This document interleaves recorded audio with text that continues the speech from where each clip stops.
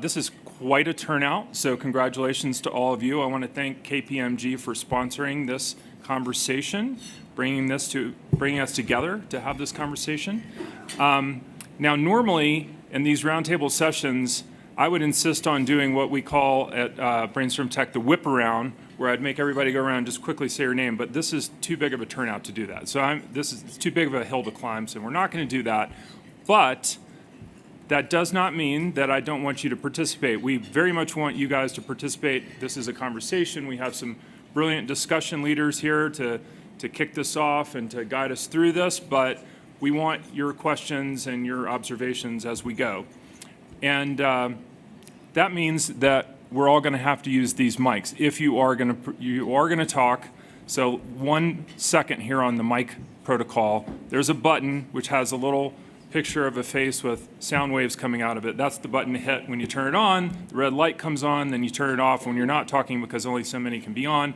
The reason we have the mics is we're trying to capture this conversation so we hear what everybody says and we can review it later. And we want everybody to be heard. So inevitably, people will be so eager to talk that you'll forget to hit the button, and then I'll say, remember to hit the button. So that's coming. Look for that. All right. I want to remind everybody that this is an on-the-record session, like all of our main stage and roundtable. This is on the record, so anything you say here could be reported. And like I said, we want everybody to participate. All right, so with that, let's get down to business. We have a big topic to discuss, so big that people are putting huge money figures on what the metaverse could be. Trillions of dollars. In April, Citi estimated the metaverse is a business opportunity of $8 trillion to $13 trillion by 2030, which, leaving aside the huge range there, those are really, that could be a lot of different outcomes, but those are big numbers. People are thinking big about this. But how that's going to play out, how that's going to work in the real world, how folks like you are going to invest in this and build companies in that is, I think, a lot to be determined. So I'm going to introduce now our discussion leaders who are going to help us sort of navigate through this in no particular order except the one I wrote down. I'm going to start with Scott Belsky, who's the Executive Vice President and Chief Product Officer at Adobe, founder, investor, and a best-selling author. Alex Holt, who's the Global Head of Technology, Media, and Telecommunications for Kpmg. Julie Larson-Green, who you probably all just saw on stage a little while ago demonstrating the super cool new Magic Leap technology. She's the Chief Technology Officer at Magic Leap and overseeing the execution of that platform, and previously worked at Qualtrics and Microsoft. Heather Hartnett is CEO and founding partner of Human Ventures, an early-stage venture studio in New York City. And Rick Yang, to my right, is general partner at NEA and head of consumer and investor in companies such as Plaid and Masterclass and Robinhood, many, many others. So, Scott, I'm going to start with you. You have said recently that you can see the dots connecting for what the metaverse is going to be, an immersive experience where we're all present together. So what are you seeing? What are the dots? And what is that? How does that translate into your thinking of building products for and inside whatever that is going to be? Yeah, that's quite a question. Yeah. I'm going to try to connect all the dots in one simple answer. You can just connect all the dots, drop the mic, and we'll all leave. There you go. We'll all get back to our lives. Well, I mean, it's really, listen, the idea of being in an immersive space, with others, co-present, and the applications of that for social purposes and for professional purposes. The other day I met an entrepreneur that was building a DevOps metaverse experience. And at first I said, what the heck could that be? And then he explained to me that, listen, DevOps engineers, being able to actually immerse yourself in the heat of your servers and in the cron jobs that are running and in all the issues and all the sort of, just visual stimulation with other DevOps engineers located in different places around the world, is sort of like a superpower. And and as I saw the visualization, it started to make sense. And so thinking about the applications for this across personal and professional, even development of all places, from an industrial perspective, is really exciting. I think that in order for any of this to work, though, a few things have to happen. There's some debate perhaps around this, but I think that these immersive experiences will be three-dimensional. I think they'll be hyper-personalized, and I think they'll be deeply interactive. And and of course, at Adobe, we're thinking, wow, all these new platforms and experiences are exciting, but they'll fall completely flat unless they're richly filled with all of this content. And so how do we get the millions of creatives around the world to start to produce content, that is three-dimensional, that has behaviors, and that can be personalized and delivered and optimized for whoever encounters it? And and when I talk to customers of ours, they're a bit daunted. Like, where do I begin? Is always the question that I get asked. And and I've started to think about, well, what does metaverse ready even mean? How does a brand become metaverse ready? And I think that what I keep coming back to is actually the very much here and now opportunity. And I'll take just a second to describe that, which is before the pandemic, most of us who create products, they went in, we had photo shoots, and we would have, and there'd be marketing teams on site, and there'd be a food stylist drizzling the water on the can of Coke or whatever is being photo, shot, and it was a very expensive production, and it was also somewhat constrained creatively, because after you were done with that, if you wanted to then change the image for a different region or location or culture or whatever, you'd have to go back into the photo studio. And then when the pandemic hit, a lot of these companies were forced to render as opposed to shoot, and so they adopted a 3D production pipeline. And what we've seen from those companies is that they never went back.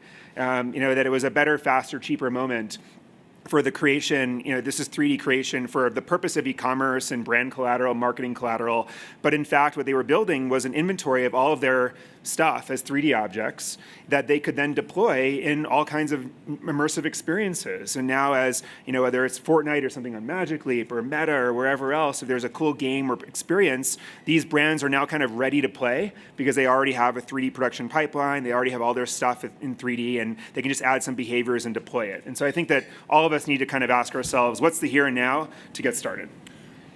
So I think that's really fascinating, the idea of being metaverse ready and to take advantage of things that you can use now that might, serve you as we get further down this road. But how big a leap is that for most companies to invest in something that seems like, I don't really know what the metaverse is yet, and so do I have the capital, especially if the markets are tightening a little bit or there's a little uncertainty, to make that investment now? How hard is it to sell that to a CEO?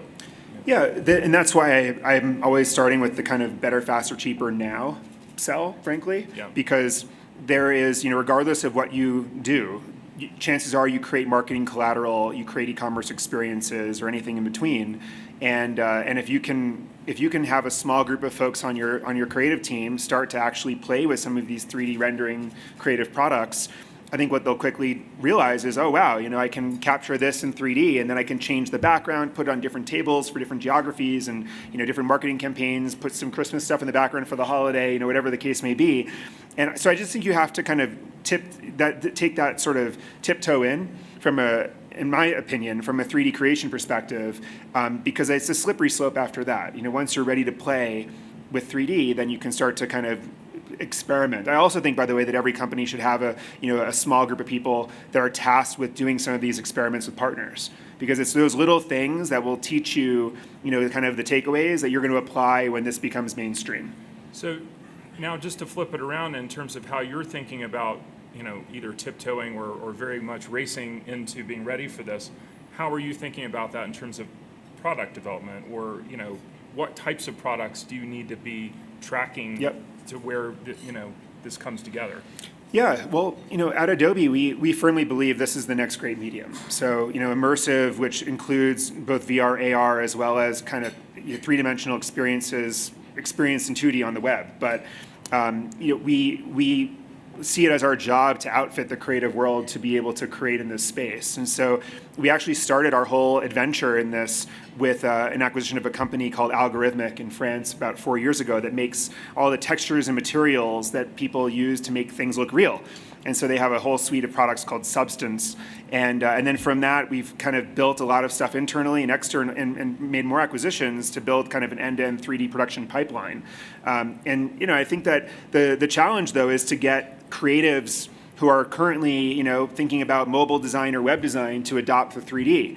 And to kind of learn about how to do that, I kind of went back in the history books a little bit, and learned that Adobe was in graphic design at a time when the web became a thing, and Adobe had a whole sort of way of meeting the customers where they were to help graphic designers start to actually create for the web. And I feel like the same thing happened when web designers needed to start create for mobile, and I think the same thing is happening now. And so part of that is going into the tools that creatives use and helping them onboard really easily. Great. Alex, let me pull you in for a sec. Kpmg is opening a Metaverse collaboration hub, Yep. I've read about, to connect employees, clients, and others. And that's part of a broader investment you're making in Web3. What do you hope to learn from that, first of all? Well, I think I'll just go back to your question around, if you're a CEO, what should you be doing in investing in this space? At the end of the day, I think from our perspective, the Metaverse is the next generation of the internet. And often you meet the ill-informed who just look at something and go, well, this is crap. Metaverse is all hype. It's all rubbish. This is not exciting at all. I think they're completely missing the point. We're on a journey here of evolution. And what we're really doing is giving an opportunity to create new experiences for employees and for target customers.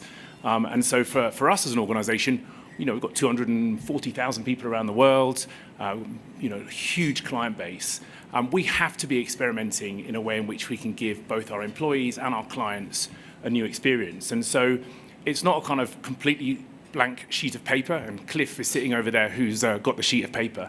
But we are trying to experiment and find new ways to engage what is a very remote workforce right now, still coming to terms with hybrid working, and clients who are struggling with the same situation, and what they want is creativity and innovation to drive their business forward. And if we can use new experiences to kind of bring that creativity out, then we think we're kind of winning with our clients. And I think for CEOs thinking about this, yes, you do need a Metaverse strategy. That doesn't mean you stop everything you're doing, but if you haven't got a bunch of people in your organization thinking about the experience you give your people and your customers, which I feel like the Metaverse has a great answer to, then you probably shouldn't be the CEO. So that would be where I'd come out. So, I mean, you gave a very neat definition. The Metaverse is the future of the internet, right? So if you're talking to a CEO, you're talking to clients, and they ask you, what is this Metaverse thing? Why do I need to be, and you say it's the future of the internet, what's the next sentence to convince them or explain to them what it is? I think, you go back to, we were just talking about, the different iterations we've had of technology over the last 20 years. I remember the first time I saw a WAP application on a Nokia handset and got told this is the mobile internet.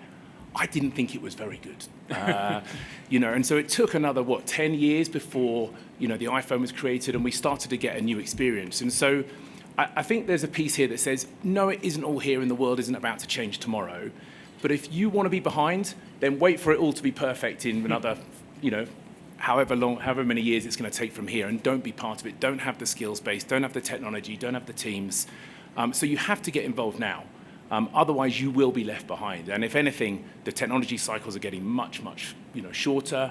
And so I think we could expect the Metaverse to have a faster impact than the previous generations of technology that have changed the internet.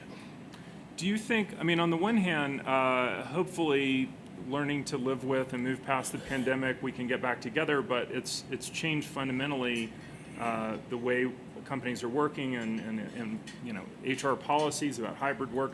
Do you think that all helps propel this, gives it even more momentum because of the collaboration I think you've aspect? got yes, and I think there's what we've also seen, 15 years ago, last month was the iPhone.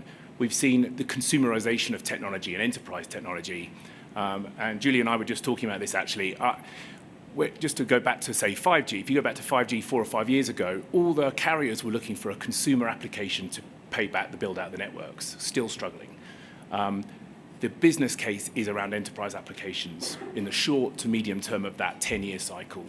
And so I feel certainly, and I think Julie's demo today showed a lot of us what you can do from an enterprise standpoint. And then I think you get this kind of cycle here whereby you get enterprise applications, you're using them at work for many of the reasons you just outlined, pandemic, remote work, challenges in training, all that sort of stuff. And then you go home and you say, oh, actually, this application could work in a consumer environment as well, or in the home. Well, Julie, let's ask you about the demo and the technology and more broadly how that connects with this bigger topic. You guys have been pouring a lot of investment and time into developing this new iteration of Magic Leap, and super cool, incredible 3D. Didn't start out necessarily with Metaverse being the headline, but so how do you think about it now with this sort of bigger, broader topic and the fact that this has become sort of mainstream in the conversation and what you're doing and how that connects? And remember to turn on your button. She's on mute. I'm on mute. I love everything that Scott and Alex have been saying. First, the way I think about it being the new internet is basically it's an opportunity to get us out of here and up here. And so the internet's all around you. And so you can understand content, superpowers of humans just being in the space. And maybe someday I can look down this row and I can see your names and where you live all across the top of your head, so I don't look like an idiot when I can't remember your name after meeting you 2 minutes ago. But today, and then in applications of today, there are things that you can do right now to improve the experience. So anywhere where you're trying to display 3D content in a 2D screen, like what Scott was talking about, or anywhere where you're working remotely, where we have a company we've been working with, PCB Linear, they're a Midwest manufacturer. They have a lot of challenges. They're a Midwest manufacturer, so getting talent to move to the Midwest to replace the aging workforce has been challenging. So getting new technologies to them that really help improve, capture the knowledge of the people that are there today. They can create a whole system for showing them how to do the work, so it's live and hands-on with their hands free.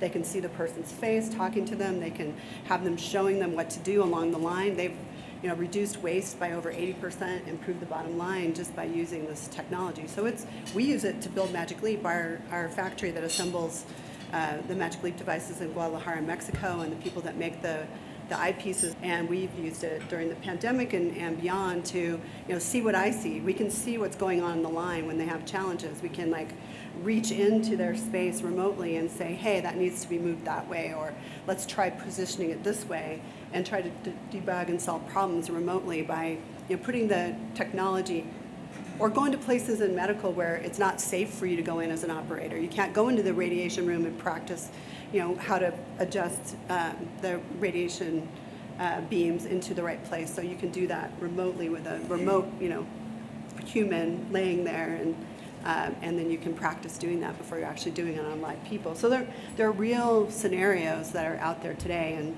we're really excited to be a viewer on whatever comes, right? And help people put digital content into the physical space, help people interact, get those superpowers. Like maybe one day, someone who's blind or someone who's deaf wears a Magic Leap device, so we can do the seeing and hearing for them and translate it into something that helps them be, more live in the world in a much easier and better way for them. So there's a lot coming, and I think it's going to come very quickly, because it's more than just having the technology.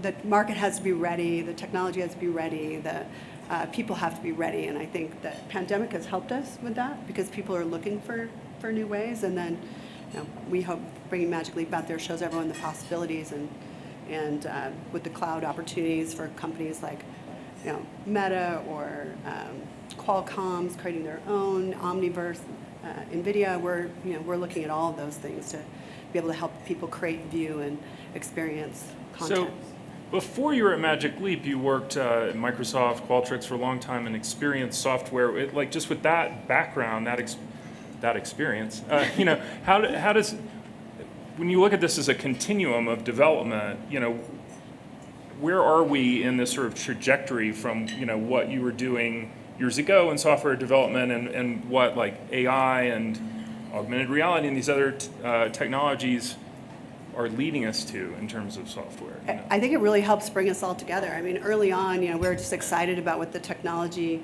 what we can make a computer do. So that's why you got all those check boxes and radio buttons and all those things, all those choices that you didn't really want. Because we were excited to show you the possibilities. Gadgets. And then over time, it's higher and higher level of abstraction on the user experience to all the way to, think it and it happens, maybe someday down the road. But yeah, I was at Microsoft for 25 years and worked, on Windows and Office. The ribbons, you love me or hate me for that. Windows 7, Surface. I worked on the hardware. I ran the hardware division for a while. Had HoloLens under me for a while, and so I think it's all coming together in a new way. So. Great. Heather, I'd like to bring you in. Human Ventures is named Human Ventures for a reason. You focus on the human element to some extent and the human values as you're thinking about your investments. We're already heard a lot of smart analysis of what's happening with this thing we're calling the metaverse, the future of the internet. But as you look around, if you're thinking about how you're going to invest in these big trends, people are building their own versions of the metaverse. How do you kind of sort through that and find, what's going to be interesting and right for you as you're looking for investments? Yeah, I think a lot of it's terminology. We talk about the metaverse. Can you build a business in the metaverse? What is the metaverse? We talked about this. All of a sudden, Facebook rebranded to Meta, and they came out with a video, and all of a sudden, we're thinking the metaverse is this alternate reality, and can we build businesses in this digital world? And a lot of people are thinking, I don't know if I want to be in that alternate reality with my weird avatar body. And you don't. And we've all had the headsets on, and even if it's really good experience, you don't want to live your life there. We are human beings. We have that human experience. So I think, there's a lot of different definitions of what that means, but we invest in companies that it's technology in service of humanity versus the other way around. And a lot of Web3 has gotten caught up with crypto, and is this an experience that you actually want to have? And so I think that there's a lot of parsing through the noise, and really that, because we invest at the earliest stages, that starts with the founders. And so are the founders looking at their business with another layer? And you had brick and mortar, you had businesses, then internet came along, you had to think about a digital presence. There's not a lot different for me of buying, in Decentraland and buying a domain name in the 90s and in the early 2000s to figure out, secure your digital presence. So there's another layer there. But I do think it takes a really unique founder to think about 10 years out. And if you're talking to founders, we always say founders are 10 years in the future. They're oftentimes really frustrated when you meet them because the world isn't doing what they see already. And so, our job is to just be able to bridge that gap and see the world maybe 5 years out and trust that they have the extra 5 years. So it's really wonderful to see when founders are thinking about what the world could be and they're building for that. But then, as Scott's talking about, I think, and everyone, I think that bridge is really important. What are the things that we care about? We're still going to care about seeing our family. We still care about in real life experiences. You still really value going to that concert and seeing that concert in real life. And you can go to Spotify and you can listen to it. It's a very different experience. So I'm very much interested in where this metaverse or this extra layer, extra dimension helps just enhance those experiences. And just as we saw with telemedicine or chatbots or whatever, some things it's actually in service of that natural behavior, and you don't even notice that there's technology involved. And sometimes it's a distraction. So we just really want to parse out, what are the things that are problems that really do need to be solved through, can be better enhanced by this, or who's sitting there saying that this is a solution and they're in search of a problem, which is a lot. It's happening a lot as well. So I think it's parsing that. Great. Rick, you recently invested in a metaverse avatar company called Genies in a round that valued it at more than $1 billion, so a new unicorn, right? In an uncertain market, new unicorn being minted, that's exciting. But one of the things it does is it helps celebrities create avatars to stand in at online events. That feels, very notional, I think, to some people, but there's a lot of excitement behind it. But maybe just walk us through sort of what that company's doing as a metaverse investment, how you think about it, or just, in a moment where, kind of the hype has faded a little bit with NFTs and, the whole Web3 thing a little bit. When you're, again, looking forward, what do you see as the opportunity? Yeah, I think, and just to clarify to Heather's point, we invested in that company 6 years ago. Yeah. So this founder was living in the future at the time. And, I think of the metaverse in a little bit of a different way, but kind of on the same thread. Like, I think the metaverse is here today, right? I think that all of us sitting here right now are in the metaverse. And to me, the key kind of term that Scott mentioned is it's immersive. This is immersive. Like, just look at how many people have their phones out just on the table in front of us. And like, this is how we live today. And so when I look at something like Genie's and the way that company thinks about digital avatars, these are not standalone, hey, this is my representation in the metaverse. Mm-hmm. This is an extension of who I am, right? In the same way that what I'm wearing, in the same way that, what I choose to, in the same way that I have a tattoo on my body to express myself, like a digital avatar is just an extension of that. And a lot of what I do as an investor and thinking about the consumer is looking at the younger generation and understanding sort of where they find perceived value and what they value. And it's in many cases, it's very different than sort of generations that have come before them. And so I think it's hard to sort of separate out this notion of like, the metaverse is over here, and you're either in it or you're not. And so you're either IRL or in the metaverse. Like, I think it's all around us. And so, talking to a lot of founders these days, they really understand that, and they're really looking for ways to make these experiences very immersive into how we think about sort of IRL. So it's a little bit of a different way to think about it. And in many ways, this when you think about presence and when you think about texts and Discord and really just having access to anybody anywhere at any time, like, to me, that's the definition of the metaverse.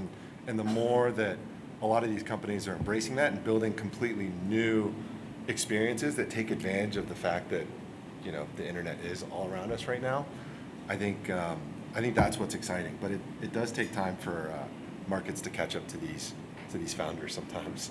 Brian, can I make a comment? Do you mind? Sure, yeah.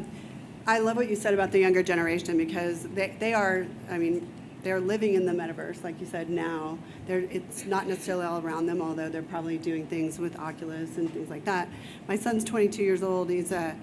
Most of his friends, his longest term friendships are through gaming, through Discord. They don't even use it to play games, they just use it to connect. He's actually meeting people that he's grown up with, known for 10 years, that he's never met in real life. He's meeting them next weekend. They're all coming to our house. But they are living in this world. They're real relationships. I used to say, you need to go outside. You need to go, but that's me. I'm old. So it's actually, it really is already happening. Yeah. Rick, you're a self-described big gamer, right? A lot of the action that's happening in the metaverse now is coming through the video game world. So Yeah. How does that give you or how do you look to that for insight into, where it goes next? Well, I think about what's really penetrating sort of mass culture, and I think gaming is a big part of that. A lot of sort of what we think about as investors is like what starts out niche and then becomes mainstream. I grew up as a gamer, and it was not a cool thing to do when I was growing up and when I was waking up at 2 a.m. to play games with my friends, but now it's very natural to kind of this next generation, and it's very much how they interact and build relationships, as Julie mentioned, and there's a lot my to that. 14-year-old will be playing Super Smash Bros. With his friend, and they're on a Discord channel with their other friend who's playing a different game, but they're all just talking about it, and I'm like, I can't process that. I can't follow that. Yeah, but and he seems totally fine with that. It's entertainment, it's interaction, it's engagement, it's how a lot of relationships and communities and friendships are being built, and I think that's happening in Web3 now too. And there's certainly growing pains but all fads, all big, really big kind of movements in culture that are driven by tech start out as fads. And all fads also start out as fads, right? And so as investors, like, we have to kind of think about what has come before and what used to look niche and became sort of a huge part of mainstream culture, and make bets on great founders that have those visions of kind of bridging the gap between what's niche today and what becomes mainstream in the future. All right, I want to get the room involved. Who has a question or an observation or experience? Right over here. Remember to unmute. There you go. Does that work? Yep. Yeah, it's Dave Chen at Morgan Stanley. We've talked about a lot of different applications. If I had to take a company public in 3 or 4 years, what is the one killer application? Maybe just go down the line.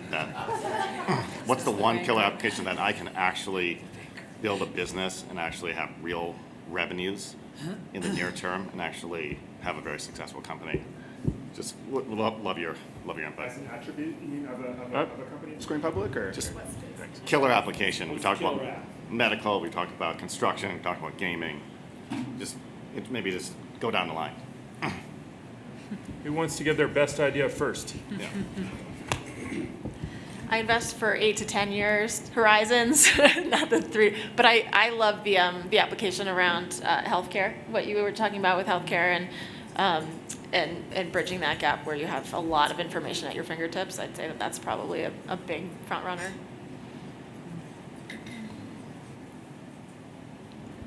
I would say the same thing. I mean, healthcare has some very easier to understand scenarios. They have a lot of information they need to look at all the time. They have monitors for this, monitors for that, people that they're trying to talk to and link to, and taking their eyes off the patient is dangerous. So, being able to see that data and be with the patient at the same time in a hands-free way, I think that's going to transform the way some medical things are done, for sure. Thanks. I mean, that is a really fantastic example. I think depending on what your goal is in terms of what you're trying to do, if you look at retail and you think about the experience now online and how far it's come in 10 years, but will we look back in 30 years and say 2022, it's like black and white? Will we have an immersive experience like the one, Rick's, describing to us that takes the purchase of all goods into a completely different sphere? I think that's really exciting. If you're trying to make a load of money, then lots of people doing that would be helpful. So I've picked one that hopefully you can make loads of cash. Thank you. I mean, I'm thinking about the question, and I go back to picks and shovels. I mean, I feel like there's just a lot of parts of this whole equation we're describing that don't exist yet. I mean, one of them is hyper-personalization. The idea that you should walk into any store and everything should suddenly be personalized for you. It should show you what sizes are available that you can purchase today. It should, if you're interested in men's stuff or women's stuff, like the whole store should change. And I don't think that the Nikes of the world are going to all do that, and reinvent the wheel. I think there's going to be some companies emerge that help put these kind of metaverse-like experiences over the physical world. And of course, there's the hardware side, but then there's also like the personalization and software side. And I don't think it's going to be built in the old kind of model of ad tech, where it's sort of sucking stuff about us without us knowing it, and then giving us these personalized experiences that kind of creep us out because we're not sure how they know that. I think there's going to be something else that emerges. So I just think that anything that drives personalization will be extra critical in this world ahead of us. Great. Yeah, I kind of go to picks and shovels as well, and kind of thinking about it from the lens that I take, just really thinking about the consumer world. The on and off ramps between sort of Web 2 and Web 3 are really important. And I think a great example of that I think could be there in sort of the near term is a company like MoonPay, which we're investors in, which really makes it seamless to kind of, again, we talked a lot about bridging the gap, but taking existing consumer behaviors and helping them in a very seamless way kind of enter into this Web3 world. So that's where I focus on. Oh, one more comment from Scott, and then we'll have a question. Yeah, here. the other thing that a number of us alluded to, like, the identity, right, in these different immersive spaces. And what's pretty wild is that, today if you go into Gucci and buy a jacket or a pair of shoes somewhere, you can walk anywhere with that. Your identity carries with you, and it's these things belong to you. But in the current world of gaming, with business models that are driven by digital goods sales, there is no portability of any of these digital goods. And that is one of the areas where the blockchain could really solve a big problem here, which is the fact that if any brand wants to sell goods that are of value, the buyers will expect to have them be portable and to go from game to game or from digital bar to digital bar without having to buy them all over again. And so I think that there's got to be some blockchain solution to this. And then there's a question of, what will the business model of these, since this is about business models, like what will the business model of the metaverse be if it's not digital goods sales anymore, if you're able to have portability and walk around with your accessories and your identity? And I don't know the answer to that. It could be a customs tax. Imagine if you enter some new virtual world and it says, welcome, you want to bring your closet with you? Pay a customs tax, in order to import these goods into this new world. I'm not sure. You just introduced a big idea. All right. Why is none of your answers productivity tools or like some of those things you guys shared? I think we could give two shits about today or in 3 years. But productivity tools, meeting capabilities, like why is that not the obvious answer in the next 3 to 5 years? Like I don't understand, unless you guys agree. Yeah, I just don't think those will be the new public companies. I actually think that all the existing companies are already doing that. I think that Microsoft is certainly extending themselves into metaverse experiences. I mean, all these productivity tools will be represented in three-dimensional interactive ways. As in they already exist, they're probably going to be there already, so there's not a need for a brand new That's my vote. player per se. I think there will be new things that come out that improve productivity, but it'll be around doing hands-on things where you're remote. It has to be so much better than using Zoom, that you would go through all the things you need to do. That I think it's more. I think there's lots of opportunities for learning. Right now the way we teach people, it's usually like a lecture and a student listening. A lot of people are tactile learners. They need to be able to do things, practice things hands-on. You'll be able to do that in a virtual way by putting that 3D content in front of them. I think we're focused on definitely productivity, improving cost effectiveness of businesses. I think there'll be a lot of things, but we don't need to. We were talking before, we don't need to try to duplicate things that already exist just because. So, they need to really actually do something better. Heather, did you have a comment? Oh, I was just going to say time horizon, right? It's like if you're talking about 3 to 5 years or you're talking about 7 to 10 years, some of this stuff is definitely in the works, and you're trying to figure out what you're investing in now to be able to understand how to surface all that information. But you have to have that long-term view in order to realize what's happening now and how does that fit into the puzzle, the picks and shovels. I mean, Heather and I were at a dinner last night with a CEO of a big industrial company, and what he was saying is, we were talking about, when's the form factor going to be cool enough for us to wear these glasses around? He was like, I don't care what they look like. I would have all of the people in my factories wear these tomorrow if it could just tell them, to your point about productivity, what to do next, and don't touch that, it's hot. Or that doesn't look good. Like, push the button to call and make sure that people fix that issue from a quality control perspective. Can you have them give me a call? Yeah, there you go. Magically, it's already there. Scott, one of the really good examples of that is around telecoms, cable companies doing deployments of fiber when they have internet outages. You get complete inconsistency with every engineer that goes and faces the same problem. And the overlay of an immersive experience that would guide the engineer to fix the problem, which is normally a big box of wires going all over the place, really would be transformative. But to the point earlier, it's an iteration from where we are today. It just massively improves it so that the internet becomes a better tool for us to do better things with and faster and hopefully. And we had that demonstration at the World Economic Forum where you had a piece of machinery, and then they were guiding you through fixing that piece of machinery and showing you all the steps, showing you what was broken, having a little video, training video. Again, it's to get you out of, you could go find that stuff on the internet and read it and then try to translate it, or you could watch it and try to translate it into the 3D thing. It's very different when you're seeing it overlaid on top of the physical object. One Let's last thing, sorry. Yeah, go ahead. Context is really important too. I loved when you were talking about looking and seeing people's names above their head or whatever it is. We put out so much information onto the internet. LinkedIn we were trying to update everything and it's only 5 to 10% of who we are, right? So what if you could say, what is the information that I want to project and that people can take on? And I think that's a really interesting thing too. Also, what is your Myers-Briggs score? So you're walking around, you're like, oh, that person actually receives information this way, and this is how they feel valued, and this is how. So actually, internally, how teams work together could be an application as well. Wow. All right. Do we have one more question or thought? Okay, just press the button and identify yourself very quickly. Emily Sherberth with APCO Worldwide. We're a professional services firm. We've talked a lot about, creating 3D products and inventory and thinking more about it from a product standpoint or, in the healthcare space. What about what are the potential opportunities for professional services firms to participate, get in early? Will there need, do we need legal help in the internet, in the metaverse? Do we need communications consulting in the metaverse? Just maybe talk about that for a minute. Who wants to tackle that, Alex? From one professional service firm to another, I guess this is where we help. But I think one of the big things around knowledge is around the training piece.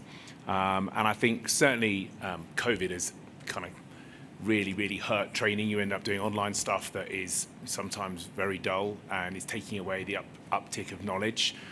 So I think at a very easy one is just knowledge management, knowledge transfer, and upskilling people. And I think that the sort of bridge to that is, one of the things we would talk about if we weren't talking about the metaverse is, digital skills, job shortages. A lot of us are finding we have to upskill our own teams to have the skills that we wished that they had. And I think you're going to see that in all different sectors and markets and economies. And I think you could certainly see a very big case for metaverse immersive experiences to take learning to a whole other level and perhaps even into the education environment as well. So that would just be one that springs to mind. Anybody else have a quick question down here at the end? Yep. Yeah, I come from a little bit different sector, so most of my work involves the transportation sector.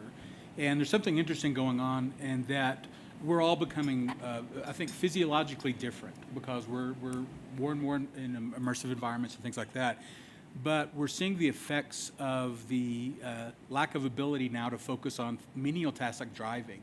And so we're seeing highway accident rates go up, tremendously. Because we don't have widely available driver assist yet. We don't have widely available automated driving and automated cars and stuff like that. How do other industries work with you to understand so that we can accommodate, really, in my opinion, is a change in physiology that's inevitable for all of us. How do we work and address that? Because we are changing, and it's very difficult. I drove here last night for part of the segment. It's difficult to sit behind the car without using your phone or anything for 2 or 3 hours. It's very difficult to do that now. How do we adapt in other industries as a result of what's really inevitable and what's happening here?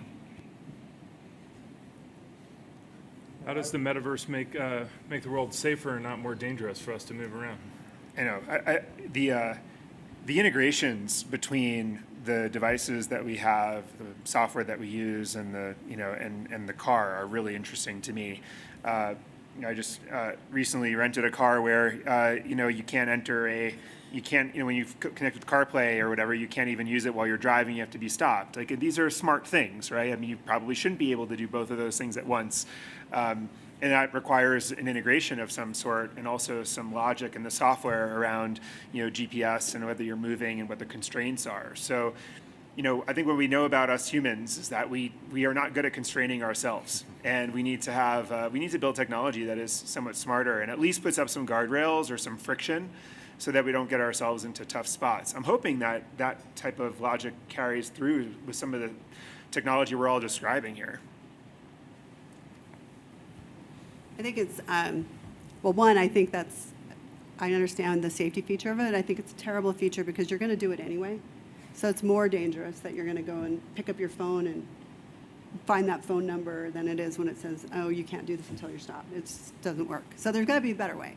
But I also think that there is, a looming health crisis with us all being in fight or flight mode all the time, constantly scrolling, constantly clicking, constantly needing that stimulation. It's not good for your body. It's just not. And So hopefully in this technology, if it's more integrated more seamlessly, we can also integrate more mindful interactions for people and more breaks and more ways to not always be checking. It will alert you at the right time appropriately in context, so you're not having to make sure that you did that thing. I think there's a lot of opportunity in the user experience to think about the whole human, and rather than being so task productivity oriented all the time. It's more about bringing that relationship aspect back and being part of the world around you in a different way. I love that. I mean, I love that question so much because it really is, our physiologies are changing, and technology has outpaced the human condition in a lot of respects. And I think the pandemic was a global paradigm shift that actually is a really interesting opportunity right now for people to say, what technology are we building and what is it in service of, and how are we constantly thinking about the human experience? So it is a lot more human-centered design. It's a lot more, they have the human-centered AI, consortium too, figuring out how you're programming ethics within some of this automation. I think it's really important, and that conversation should be had at every single tech table. Technology should not be servicing, they should be servicing humans, not the other way around. I mean, even just when you're talking about your son and the way that he can think and communicate and play at the same time, that's a new neurological pathway that's being created that's going to have unbelievable effects of how people can actually interact with the Jarvis Center, that's in your room, and the augmented reality and how you're shopping. But then you should also have that. I hope every company has that ethics committee or the physiological and psychological repercussions committee. It will be another business model problem, because a lot of the companies that we know are incentivized to keep us, scrolling and dopamine-induced actions, and yet, those of us who have iPhones know that now the newest version has what is your screen time, and when do you want to go to bed, and it automatically sort of shuts down your phone, which just runs antithetical to some of those business models. So that will be an interesting thing to watch as well. So that's a good place to end. I think that we've learned that the metaverse is here already, that the metaverse is many different things, but hopefully the metaverse in all its many forms will take better care of us than the last version of the internet as we move forward. Thank you so much to Rick and Scott, Heather, Alex, and Julie. And thank you, KPMG, for hosting.